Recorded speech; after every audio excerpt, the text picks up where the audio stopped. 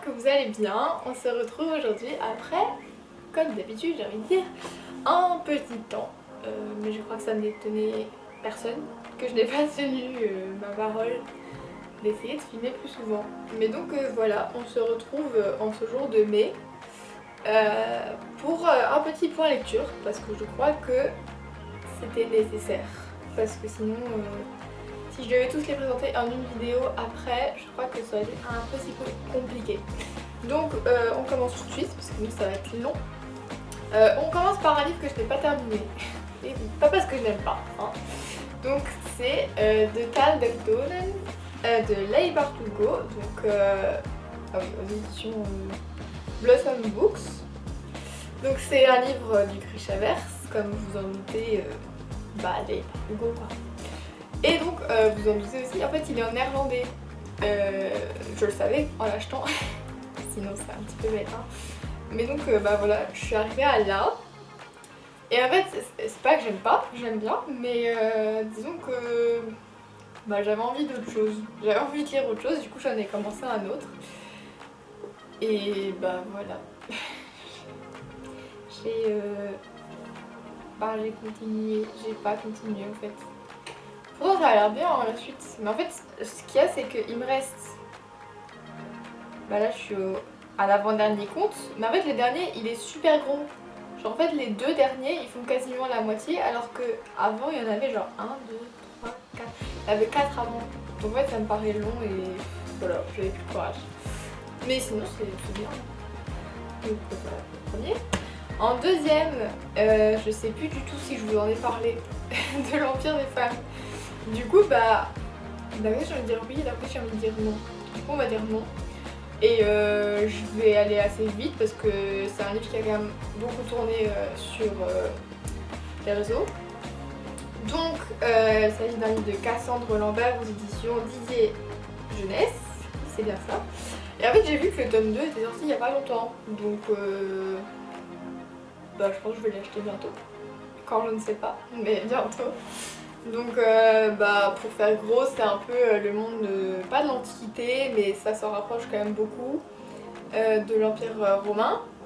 Sauf que c'est les femmes qui dirigent et les hommes c'est vraiment des esclaves. Enfin, je sais même pas si on peut appeler ça des esclaves, c'est vraiment des moins que rien, genre vraiment. Et ils sont quasiment mis sur une île pour pas que les femmes doivent vivre avec et tout, enfin ça va loin quoi. Et oui, c'est l'histoire d'une fille qui n'est pas tout à fait pour ce fonctionnement et d'un mec qui n'est pas du tout pour. Hein. En tant que mec, ce serait un petit peu compliqué d'être content avec ça. Même s'il y en a, hein, franchement il y en a. Mais du coup voilà, elle doit devenir maman parce que c'est vraiment un énorme privilège de devenir maman. Et en fait, vu qu'elles aiment pas les hommes, du coup en fait c'est vraiment tout genre c'est limite un combat de gladiateurs pour savoir avec qui deviendra le papa quoi. Et après ils deviennent esclaves et ouais c'est vraiment... En vrai c'était bien, j'ai eu du mal à me mettre dedans. Parce que j'arrivais pas à vraiment savoir si le personnage principal, ok elle disait ah je sais pas complètement pour et tout, mais elle faisait rien. Genre vraiment elle est super passive et j'ai attendu une action quasiment tout le livre en fait, vu qu'elle arrive qu'à la fin. Et ouais j'avoue que à un moment j'ai commencé à m'attacher au personnage, du coup ça allait mieux, mais vraiment au début c'était un petit peu long. Mais voilà. Ensuite on a une BD, mais c'est un peu ma première vraie BD. Enfin avant c'était vraiment des BD pas pour enfants mais genre pour 10 ans quoi. Là, là en fait elle a pas vraiment d'âge cette BD, je pense qu'on peut un peu la lire à tout moment.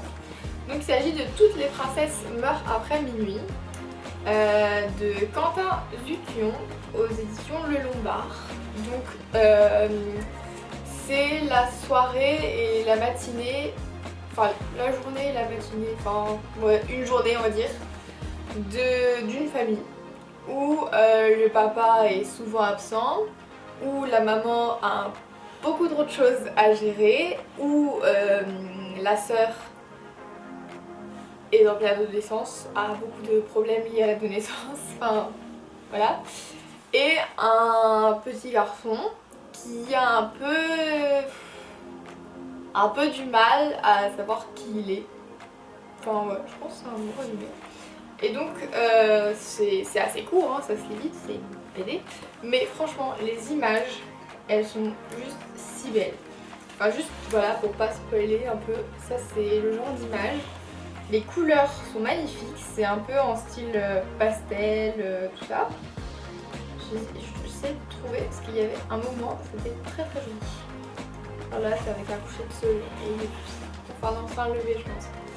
Mais enfin voilà, donc c'était très jolie BD que j'ai aimé. Après, enfin voilà, j'ai un peu de mal avec les BD parce que j'ai toujours l'impression que l'histoire elle est pas du tout bâclée, mais qu'on n'en apprend pas beaucoup au fil des pages sur les personnages. Donc voilà, mais après sinon c'était une très belle BD, une bonne lecture. Enfin, en fait c'est ça, un bon moment. Pour moi ça pourrait pas rentrer personnellement dans des coups de cœur. À moins que vraiment ce soit vraiment très bien fait. Mais là par exemple, bah oui j'ai passé un bon moment à la lecture. Mais c'est pas forcément un truc que j'aimerais lire tout le temps. Parce que bah, je sais pas, j'aime bien il y a beaucoup de pages et beaucoup de descriptions et voilà. Et bien justement, en parlant de beaucoup de pages et beaucoup de descriptions, on a le prochain que vous avez vu, revu et re-revu. Il s'agit de Light Lark de Alex Astor aux éditions Lumen, c'est ça. Lumen, je ne sais pas comment je peux dire, voilà. L'édition collector parce qu'elle est beaucoup trop jolie en fait. Regardez-moi ça, les pages, tout ça, oui. On va prendre. Ça m'a assez fait mal. Donc, bah voilà. Donc l'histoire. C'est l'histoire de... J'ai oublié comment ça s'appelle. Ça commence bien. Ça commence très bien. Non, c'est Calice. Non, c'est ça. Non, je sais plus. Ah, je sais plus. Je me souviens de tous les noms sauf elle. Ah bah mince alors. Isla, voilà, c'est Isla. Donc c'est l'histoire de Isla, qui est donc la reine d'un des 6 royaumes d'un monde où chacun des 6 royaumes justement a une malédiction qui a été lancée, on ne sait pas trop par qui, il y a 500 ans, oui c'est ça, 500 ans. Et du coup, à cause de ces malédictions, bah, par exemple le peuple d'Isla, il est condamné à devoir tuer la personne qu'ils aiment amoureusement et à devoir manger son cœur après, et même manger des cœurs en général. C'est vraiment super. Il y a un autre peuple qui doit mourir à 25 ans. Il y en a un, c'est le peuple de la lumière qui peut pas sortir à la lumière du jour. Pas ouf. Et enfin bref, tous les trucs comme ça. Et du coup, tous les 100 ans, il y a une île, l'île originelle, où avant tous les peuples habitaient. Il y en a encore qui habitent, mais pas tous, et pas en entier en tout cas. Et du coup, bah, ils doivent, les 6 souverains se réunissent donc tous les 100 ans pour essayer de briser les malédictions. Parce que vu qu'ils sont un peu... Bah bref, ils meurent pas tout de suite quoi, enfin ils ont quelques années devant eux, pour dire ça normalement. Et du coup, bah voilà, c'est l'histoire de comment briser les malédictions. Après, aujourd'hui, j'arrive pas à faire des bons résumés. Parce que franchement, j'ai beaucoup aimé ce livre, c'était super cool. C'était une très belle lecture. De nouveau, je sais pas si c'est un coup de cœur. Après, il faudra voir aussi, je pense, avec les livres, les prochains livres. Parce que je pense qu'il y a encore des trucs qu'on peut développer. Il y a déjà eu beaucoup de révélations. Ce qui me fait un peu peur aussi, parce que je me dis, oui, il y a quelques trucs qu'on sait pas ou qu'on connaît pas tout sur tout, mais bon, de là à faire un tome 2 complet. Mais bref, on verra bien. Mais je pense qu'il y a quand même quelques trucs qu'on pourrait améliorer. Après, ça c'est peut-être personnel, mais j'aimerais bien qu'on voit un peu plus des différents royaumes ou juste de l'île originelle. Parce que bah on a vu des paysages, on a vu des endroits, mais pas tout. Et du coup en fait, soit, bah, si on fait rien, on peut pas trop se dire ah ouais ça va être beau et tout. Et si on en voit un peu mais pas assez, bah du coup ça donne un petit manque. Mais du coup je pense qu'on peut justement jouer sur ça pour le tome 2. Mais bah à voir. Mais sinon, vraiment très très bien, je conseille. Très fort. Ma voix est cassée aujourd'hui, c'est pas pratique. Ensuite, on a cette fois-ci un coup de cœur. Je le dis directement, je suis désolée, mais The Sky Blues de Robbie Couch aux éditions de Saxus. Oui c'est ça, j'ai eu un petit bug. Voilà. Donc vraiment, ça c'est ce que j'appelle les livres coup de cœur. Pas à la lecture, juste je sais pas si vous avez ça mais moi j'adore aller dans une librairie et ne pas vraiment avoir un livre en tête, d'être attirée par la tranche. Genre ça attire mon œil, je prends, je regarde la couverture, si j'aime la couverture, je lis le résumé et si j'aime le résumé, ce que j'appelle un livre coup de cœur, genre vraiment juste, bah je sens que je vais aimer. Et du coup j'achète. Je fais pas souvent ça parce que bon, sinon il y en a beaucoup quand même. Mais bah là c'est un coup de cœur avéré puisque la lecture a prouvé que j'ai eu raison. Donc on a l'histoire de Sky qui est... c'est dans quelle ville? Merde. Pardon. Oui, une petite ville en Amérique. Mais c'est connu, il y a le lac... Oh, j'ai bu. Bref, donc c'est Sky qui est un garçon qui vit dans une petite ville américaine. Petite ville qui est assez conservatrice, on va dire ça comme ça, hein, qui a pas super évolué en valeur, on va dire. Du coup, lui, bah, Sky il est gay, il s'en cache pas vraiment, mais il va pas non plus aller le crier sur tous les toits, enfin voilà. Son meilleur ami, bah, il a aucun problème avec ça, lui c'est un peu le rugbyman baraqué. Et il a une meilleure amie aussi chez laquelle il vit parce qu'il a des problèmes, enfin son père est décédé et sa mère, voilà. Du coup il vit chez elle et bah en fait c'est l'histoire de son crush, enfin non c'est l'histoire de lui mais qui a un crush sur un mec et il voudrait l'inviter au bal de promo. À une fête qui se déroule au début 30 jours plus tard. Donc voilà, c'est un peu... bon, je vais pas vous mentir, ça c'est le début. Parce qu'après il se passe un truc, ce qui fait qu'en fait c'est plus ça après l'histoire. Mais dans le résumé ils disent pas beaucoup pas... Ah si, bah si, ils le disent. En fait il y a quelqu'un qui a pris une photo de eux deux et qui a... dit des trucs vraiment pas sympas sur eux et qu'il a envoyé à tout le lycée. Du coup bah en fait après ça devient un peu plus la vengeance pour coincer la personne qui a fait ça et bah, se venger de cette personne. Donc voilà, vraiment de nouveau j'ai l'impression d'avoir fait vraiment pas du tout un bon résumé. Je perds mes mots et mon souffle. Et voilà, j'ai l'impression de ne pas avoir fait un très très bon résumé, mais vraiment lui c'est un livre que je vais relire. Et c'est un livre coup de cœur. J'aime les livres coup de cœur. Voilà, et on arrive directement au dernier livre de cette vidéo. Et oui, déjà. Et c'est encore une édition collector, parce que j'aime les éditions collector. Il s'agit de 6 couronnes écarlates de Elisabeth Lim, si je... oui, aux éditions Rajo.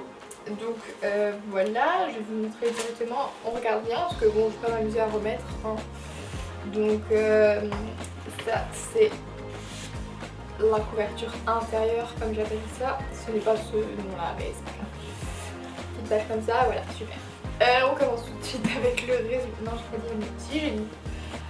Donc en fait c'est l'histoire d'une... Je vais vous lire le résumé parce que...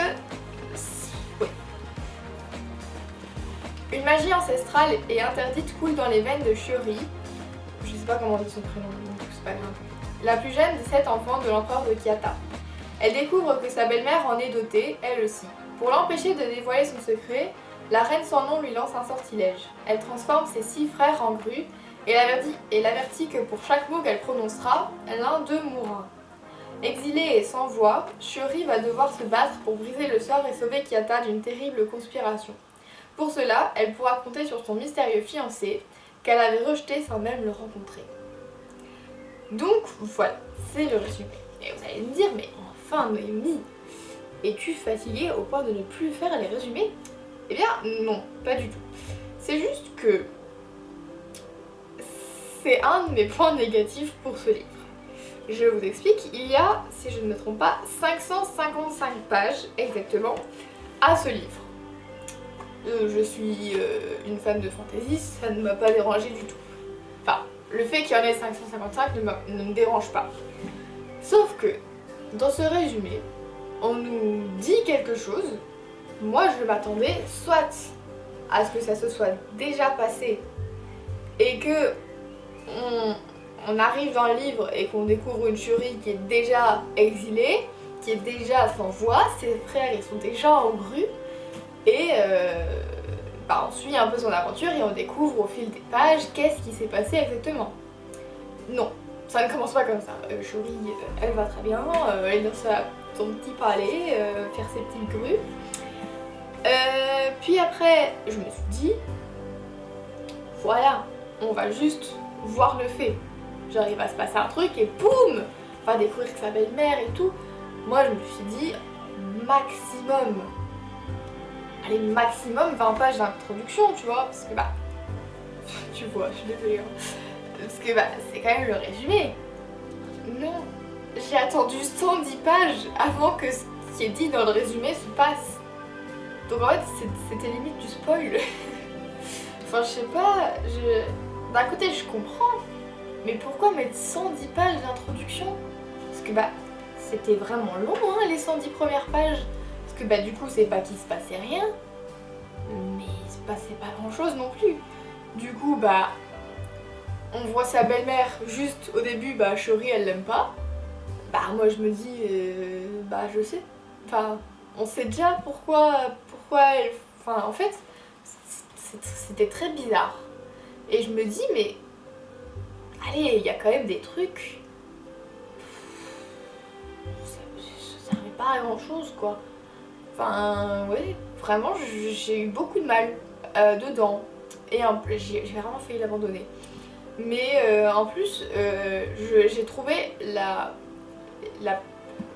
plume, l'écriture, la narration, je peux dire la narration, assez enfantine. Enfin.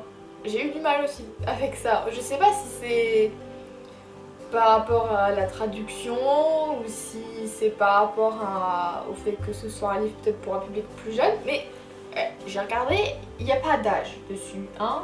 Souvent, genre s'il est conseillé aux plus de 9 ans, oui, tu comprends. Mais là, il n'y a pas d'âge. Donc, oui, je m'attendais pas à ça.